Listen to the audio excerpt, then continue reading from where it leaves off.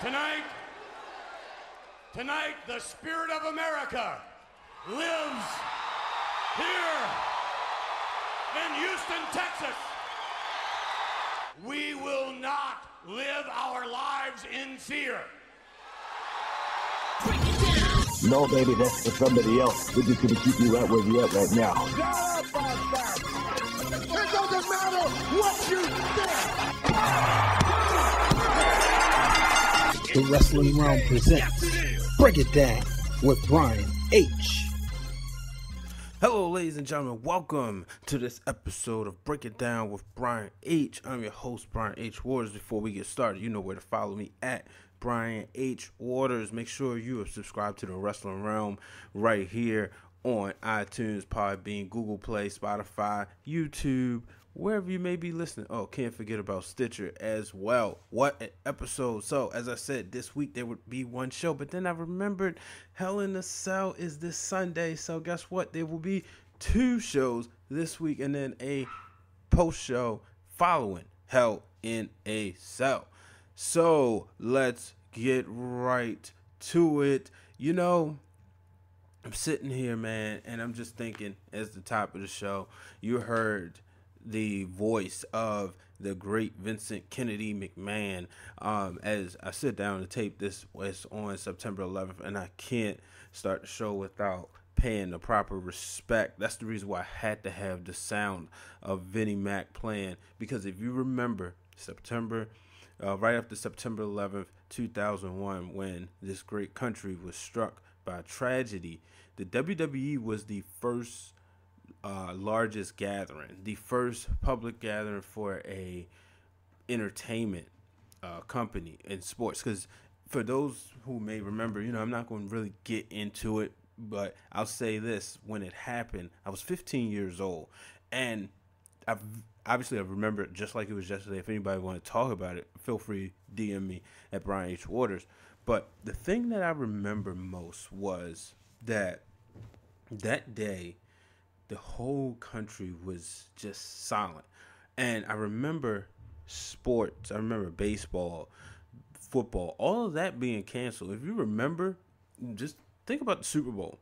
That year, the Super Bowl had one colors, but ended up they changed everything to red, white, and blue, kind of like WrestleMania 7. Now, I was too young to remember that, but for September 11th and in 2001, I do know that they changed a lot of stuff, including the Super Bowl, September 11th. The World Series was very patriotic. It was a time where the country came together. So I had to play that. My condolences, thoughts, and prayers go out to each and every person who was affected, and just wanted to let you guys know, for those who have lost someone during that time, I'm thinking about you, and you know, you're definitely in my prayers, because I know it's a constant reminder. And it's, you know, so I have to make sure I say that.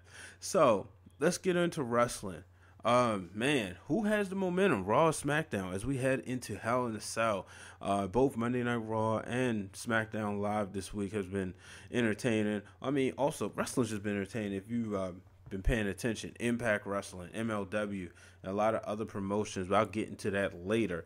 So, I'm going to start off with Braun Strowman, Roman Reigns. If you saw Raw way it closed, Roman Reigns just absolutely destroyed Braun Strowman, taking him off the stage through through the tables or something.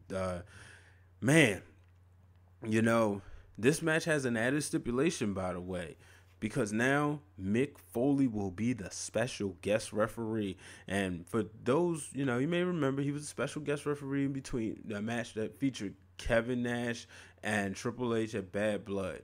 But Mick Foley's name is synonymous with Hell in a Cell for obvious reasons. Go back and watch 1998. He's been doing a tour, folks. 20 years of Hell. It definitely changed his life.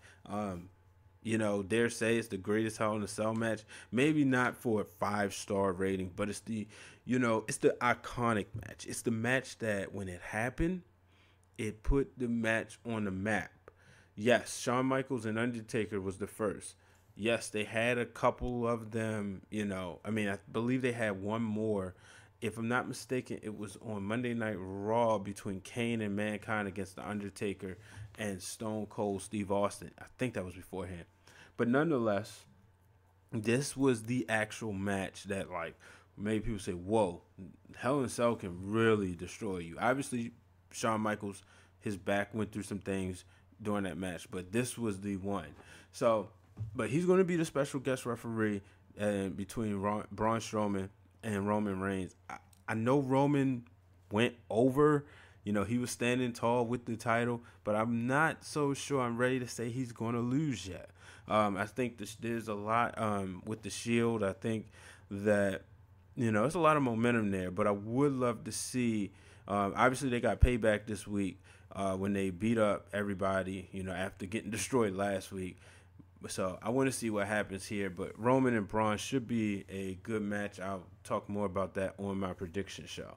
So moving on, the Shield members, Dean Ambrose and Seth Rollins will take on Drew McIntyre and Dolph Ziggler for the tag team championship. So they got that match made. Kind of Ziggler and McIntyre just kind of got the B team out of the way. Let's be honest. Just like, all right, you know, here's your rematch. All right, now go on. So I'm interested to see what happens. How long will the B team stay together? Are they done? You know, is this over for them? So only time will tell. I'm not sure what happens with them, to be honest with you. But I do think that, you know, now we get the Shield never lost the titles as Ambrose and Rollins. You know, it's Rollins and Jason Jordan who lost the titles, but Ambrose and Rollins didn't lose the titles a year ago. So this is an opportunity for them to recapture the gold. But just imagine if they win this, they will have all the gold on Raw, because Seth Rollins is the Intercontinental Champion. Now, I want to know what happens. When is he going to defend that title again? Only time will tell. But let's move on to SmackDown, because things got personal as AJ Styles, an empty arena promo, and he just said he would never disrespect a man's family. You know, he got to talking about Samoa Joe, and he said that, look, you know, Joe, you're out there, and you out there coming out, and you saying all these things, you're involving my daughter, but I would never do that. He's known for over 20 years, said he has a family. People don't know that, but yes, Samoa Joe has a family, but he said he's not going to do that. We saw what happened at SummerSlam. We saw AJ Styles go to that next level, which cost him the match. What's going to happen when he goes into this Monday, when he goes into this Sunday at Hell in a Cell? I, for one, I wish this match was inside the cell. This would make so much sense. It's personal between the two. If you've been watching them, you know that these guys have been battling during their days at formerly known as TNA, now known as Impact Wrestling. So why isn't this match inside of the cage? And that's the reason why I'm not the biggest fan of the Hell in a Cell pay-per-view. I think you don't need to have the Hell in a Cell as its own pay-per-view. Just give us a few matches here and there instead of forcing us to be guaranteed a couple of Hell in a Cell matches every week. Let it be for the ultimate big blow-off matches. But you know, Samoa Joe, he wouldn't be outdone, as he came with a poem when he talked to Seth Rollins. AJ Styles, and I love how the WWE animated it. Just goes to show you that their production team is second to none. Because it was really something that had to be animated and to really tell the story. And I'm like, wow, like Samoa Joe is that dude. Let's be real. And he's the guy who can get in AJ Styles' head and get him distracted to take the title from him, folks. So what's going to happen? Only time will tell. So I'm going to go ahead and take my first break.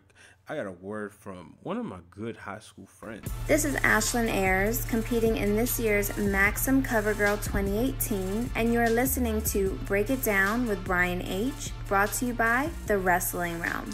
And I'm back, ladies and gentlemen. That was my good friend Ashlyn Ayers. She is competing for the Maxim CoverGirl. So make sure you vote for her. You can vote by going to vote.maxim.com/2018/Ashlyn ASHLYN-AYERS, or you can follow her Instagram at Ashlyn Ayers MUA. And of course, I will post a link out there so you can do that and help her become the Maxim Cover Girl 2018. So getting back to wrestling. To start with, we're getting ready to go to the ladies. So first and foremost, let's make sure we give a congratulations to Renee Young. If you've been under a rock, allow me to let you know that she is now the official third member full-time for Monday Night Raw broadcast team. I think it's great because guess what? I am not the biggest fan of Coach on Monday Night Raw. It's just not the same. I'd rather see him backstage or have a show on the WWE Network or something. No offense, but just not my guy. So, and quite frankly, we used to be coworkers at the Worldwide Leader in Sports, ESPN. It doesn't work with him, but nonetheless, it's not going to stop how I feel as far as wrestling. I'm entitled to my opinion. So anyway, so congratulations to Renee Young. I think it's great, different voice, a woman's perspective. Obviously, if you've been paying attention to her throughout her career, you know she's been a wrestling fan. It's not just a gimmick. She was on the Score Network out of Canada. Her, Jimmy Corderas, Arda Ocal, she would come on there every so often when Arda Ocal and Jimmy Corderas had their show. And, she was Renee Paquette. Not sure if I said that right. I know her and Kevin Owens was on the show on the network, and they had the Canadian thing going. But nonetheless, that's when I first found out about her. So this is about 2012. And I was like, wow, she's, this lady comes on the show every now and again. She talks about wrestling and, she gives her opinion, or they discuss, they had what you call Royal Rumble lookbacks where they completely went over the entire show. So that was good. As they say, best for business, right? So nonetheless, she's there. So congratulations to her. So moving on, Zelina Vega. There's a video on WWE.com as well as WWE's YouTube channel where she just talks about losing her dad in 9/11 on the unfortunate attacks. She goes into great detail, and I just tell you one thing, man, it's hard to watch it without getting emotional. Anytime, she's 10 years old, and she heard her dad discuss how he wasn't going to make it, and that he told his told her mother, who was his ex-wife, that tell the kids he loved them, and he asked her stepdad to go ahead and be a father to my kids and love. He said he knows he's going to love him like his own. And she says her stepdad was amazing.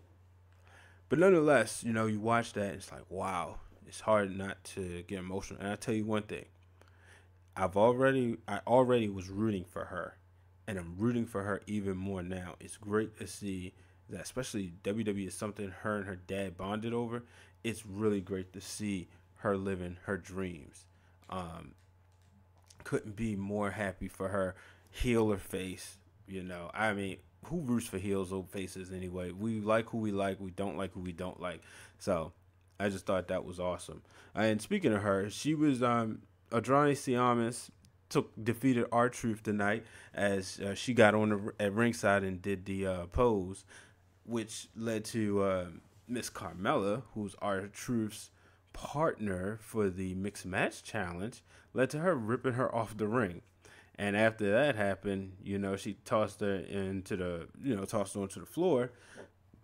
That caused R-Truth to try to get the pin. Instead, Sionamis turned it around. He got the pin. 1, 2, 3. This guy's good. He's really good. If you've been watching, and Zelina Vega right there with him, man, these two, I'm waiting for him to get a U.S. title run because I think he can run with the title. And one day she'll run with that women's championship. Moving on. In the main event, SmackDown, Brie Bella defeated Maryse. So, numbers you should know. 2,762 days since Maryse's last SmackDown match. Impressive. But she was beat by Brie Bella after The Miz decided to get involved. That led to Daniel Bryan. And can this get any more personal? I mean, these two, Daniel Bryan and Miz, just don't like each other, and Daniel Bryan took exception to the fact of the Miz getting involved and said straight up, like, don't you ever touch my wife again. So Sunday at Hell in a Cell, it's going to get real, and it's going to get real really quick. And I have Daniel Bryan and Brie Bella making short work, hopefully, of Miz and Maurice. But how about that? Two mothers main event in SmackDown. I don't think it gets any better than that. I believe that may be the first time we've had two moms main event a Raw or SmackDown. And then, Nikki Bella, she competed on Monday night dealing with the Riot Squad after they just completely just destroyed her locker. And, Nikki Bella says, she's not worried about it. I think she's kind of thought it was fascinating, that she can, she sees the jealousy, obviously. But nonetheless, she says she's not going to succumb to the mind games. So who knows? I mean, it's good to see her back on Monday Night Raw. I'm a fan of her. I know a lot of people not, but I'm a huge fan of Nikki Bella, and I'm not a fan of Ruby Riott at all. So to see her beat her was well by me. But how about Brie Bella just working double duty on Raw and SmackDown? All right, now it's time for the Tapped Out of the week. Here's our Tapped Out segment of the week. So my Tapped Out is Charlotte taking on Sonya Deville on SmackDown. Sonya Deville is somebody who I feel is legit and can be a star in the women's division. She's marketable. Obviously, she's a part of the LGBT community, but she's also a legit fighter. So why is she taking on Charlotte Flair right away? Charlotte Flair even tweeted, like, don't call it a warm-up match. This is a good wrestler in the ring with the champ. So I'm not really a fan of that. I felt like should have been something that we should have held off and built towards. Not saying it had to happen this year. This could have actually waited till after WrestleMania. After Charlotte, maybe if she's going to face Ronda Rousey. After that, if Charlotte's not going to face Ronda Rousey. Perhaps it could have been a WrestleMania match if built properly. But this is not a match I wanted to see right now. So I wasn't a fan of that. Charlotte getting a win. And then Becky Lynch just attacked Charlotte. And as she posed as a fan, and then she took her wig off and jumped out and just beat Charlotte. One of the things I liked that Charlotte didn't do, and that was tap out.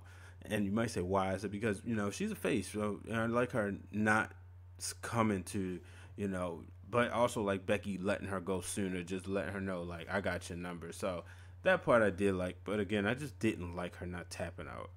On Raw, Ronda Rousey and Natalya defeat Alexa Bliss and Mickie James. And they, one of the things they did was hit the heart attack, a move made famous by the Hart Foundation.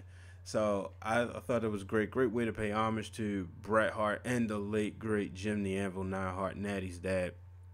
So yeah, I'm gonna be picky because it's my show, and I just want to talk about it because I noticed it. One of the things I hated was that when Ronda came and she did the clothesline part, she crossed her legs. I'm like, oh my gosh, like, come on now. I think everybody, when they was younger, if you had like a brother, if you grew up in the early 90s and you was wrestling, you did the heart attack. It was just cool because, I mean, the Hart Foundation was that team, man. It's my favorite tag team of all time. But I just don't, like, no, like, come on. So, nonetheless, Natty and Ronda Rousey getting a win. But I tell you what I do like. I love the fact that that Ronda Rousey is not just destroying everybody. She's taking bumps. She's getting beat. I know I said that over and over again, but it's just good. I'm happy to see it. It's something I didn't think I was going to see. Happy to see she's actually taking bumps. She is in it to win it, folks. So, Ronda Rousey, shout out to her. We'll see what happens. I was watching this show on YouTube, and the gentleman was saying, pardon me for not remembering his name, see if I can pull it up while I discuss, but he was saying that he's actually believe that Ronda Rousey and Natalya could actually win. The Jeffrey Show live. That's what I was watching. Came across it, So I like the support of the podcast. So make sure you drop your links as you watch this or you listen to this, or send it to me so I can listen to your show. But he said he wouldn't be surprised if Alexa Bliss beat Ronda Rousey, so we could get Alexa Bliss versus Trish Stratus for the title. Now there is a leak out there for Evolution, and because that I ain't gonna say it. I ain't gonna lie to you because I'm hoping it's not true. Not going to ruin it. Even in my group text, I just said, hey, y'all, there's a leak out there of the Evolution card. I just hope it's wrong. I just wasn't happy with what I saw. So we'll see. And so let me go ahead and take another break. Got a word from my man, Glenn Thomas. This is Glenn Thomas with the Wrestling Marks of Excellence, and you're listening to Break It Down with Brian H. Waters, brought to you by The Wrestling Realm. And I'm back, ladies and gentlemen. That was a word from my big brother, the one and only Glenn Thomas of Fox Sports Radio 1340 and Wrestling Marks of Excellence podcast. Make sure you check him out on Mondays and Tuesdays following Raw and Smackdown on the Fox Sports 1340 YouTube channel. Make sure you also check out him and my brother Corey as they discuss the happenings of the world of professional wrestling. Now it is time for the top rope this week. Going up to the top rope. It's time for this week's top rope segment of the week. So, top rope this week, Undertaker, Triple H, it gets personal. So Triple H responded, and he said he took offense to the Undertaker, saying that, he had that Shawn Michaels was picking Triple H because he was disappointed that Undertaker ended his career. So now he feels like he has to destroy. So next week we're going to get Undertaker returning, responding to the game. So they're building this super show. And it's like, wow, you're building a super show, but we have Hell in a Cell. But nonetheless, it was still the best thing because these guys are true veterans. They know how to sell us on this feud. Let's be real. They know people are sitting there talking on the internet. Let's not act like they don't read it. They know people are saying, why we got to see Undertaker and Triple H again? So they know what the deal is, and now they're doing a great job at getting us ready for this show. So I am interested in this, and I'm ready to see what happens. In the last quick bit from the WWE before I move on, how about Kevin Owens? He is back, clearly. He destroyed Tyler Breeze before their match even got started, said he didn't pay back on behalf of Sami Zayn for what Bobby, as far as towards Bobby Lashley. So I'm in love with this feud. Bobby Lashley, on the other hand, was working out, and we saw an appearance by Leo Rush.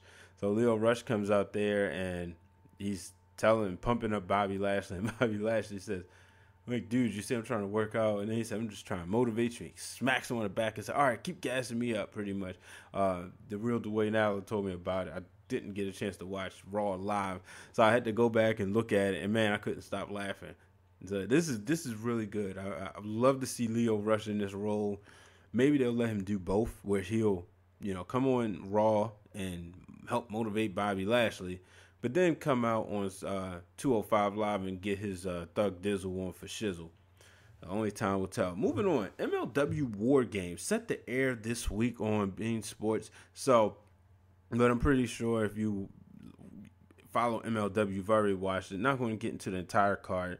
Just going to talk about two matches. I did talk about the main event. Actually, talking about one match because I talked about the main event on this week's Wrestling for the Culture. So make sure you check that out on YouTube. Like I said, Wrestling for the Culture is on YouTube each and every week. Usually comes out about Sunday, Monday, where I discuss all the happenings of wrestlers of color.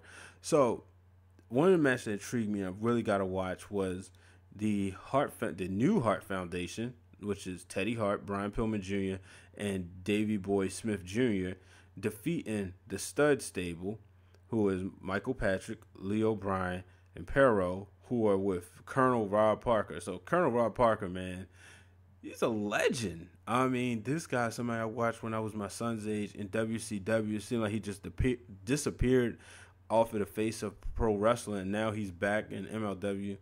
So MLW is that company that, to me, that's what WCW is than Impact Wrestling is, but it's not WCW necessarily in a corny way, but you can get good wrestling there. Nice small arena, not too many people, so might as well give me a worldwide feel if you watched it. So I enjoy it. Court Bowers, the CEO, he's doing a phenomenal job down there. So make sure you check it out. Like I said, it's going to be on Bein Sports this Friday. So if you have that, make sure you check it out. Or if you don't, they always put it on their YouTube channel, which you can find MLW Wrestling. So I guarantee you check it out. You'll like it if you love professional wrestling. And then moving on to Impact. Last week, Austin Aries, Killer Kross, and Moose just destroyed Johnny Impact after, Aries learned he'll defend his Impact World title against Johnny Impact at Bound for Glory. So what's going to happen there? Will Johnny Impact become a new champion, or will Austin Aries and his goons take out? Only time will tell. And then we also saw Tessa Blanchard defend the Impact Women's Championship against Su Yung.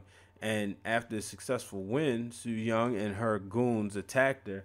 But she got help. I should say Tessa Blanchard got help, unwanted help, but it was Kiera Hogan and Allie who came in there and saved her, because they vowed that no other woman would get put in Su Young's casket. So, like I said, make sure you check out Impact. It's getting better, folks. I promise you. I know a lot of times it was the cool thing in 2014, 15, 16 to rag on TNA. But now, it's Impact. So now it's actually fun to watch. So make sure you check that out. So now it's time to come from the realm. And now for our From the Realm segment, where I answer your questions from the Facebook fan page, the Facebook group page, and the Twitter at Wrestling Realm. All right, from the realm this week, got a few questions. So the first question this week comes from one of fans who love to tweet all the time. That's Jaleesa, amazing _J2698. Her question is, what are my thoughts on Triple H versus The Undertaker? My thoughts are, we get a match between two legends who are going to go out there and show off and show these youngins how it's done. They're going to show these guys how to tell a story. I know they said it's supposed to be the last match, and it probably will. Maybe it won't be, but I don't mind it. The people in Australia, they probably haven't seen this match in years. I really love when the fact that the WWE is doing this, is giving an opportunity for those people to say, all right, look, you don't always get to see our product, but we're going to also throw some legends in there. So this should be really good. I'm really excited about it.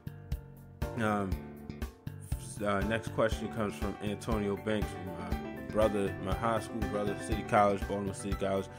Big game coming up in 2 months, less than 2 months actually. But his question is, do you see R-Truth and Carmella doing a comedy spot where Truth tries to pin Carmella to earn a title shot? Interesting. Wouldn't be surprised. I am assuming when he say title shot, I guess he's saying a women's title shot. But wouldn't be surprised. R-Truth is funny. I tell you one thing, that guy knows how to stay relevant. He knows how to make money. So that's my thing with R-Truth. Another question, Octavio Martinez Jr. Sorry. His question this week, after finally confirming that The Rock's daughter Simone is now training at the WWE Performance Center, how much potential do you think she has to be a WWE superstar? I think she has a lot of potential.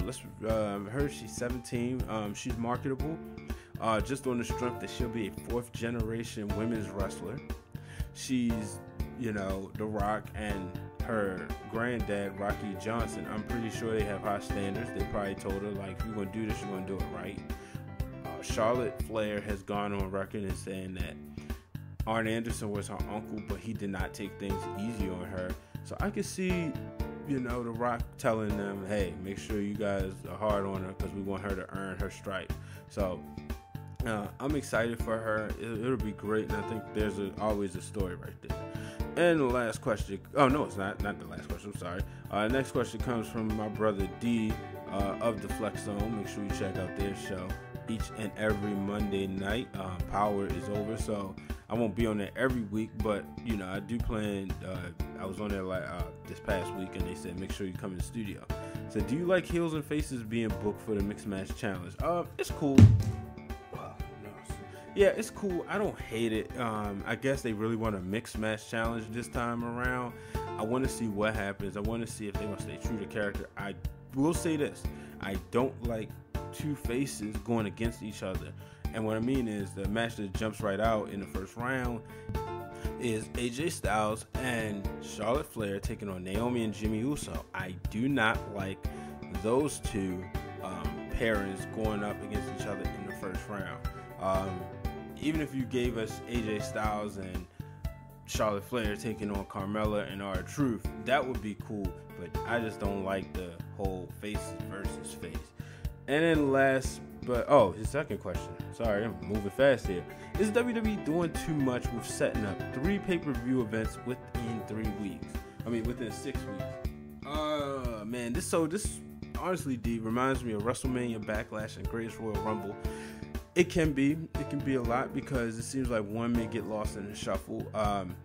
Here we are about months later, almost 6 months later. I would say, I'm going to ask you this and ask anybody this. Do you really remember Backlash? Of course we remember the Greatest Royal Rumble just because it was something different. Obviously we're going to remember WrestleMania, but do we really remember Backlash? Yeah, sure. Fans were booing Samoa Joe and Roman Reigns closing the show, but other than that, it was a second or third match between Shinsuke and Randy Orton.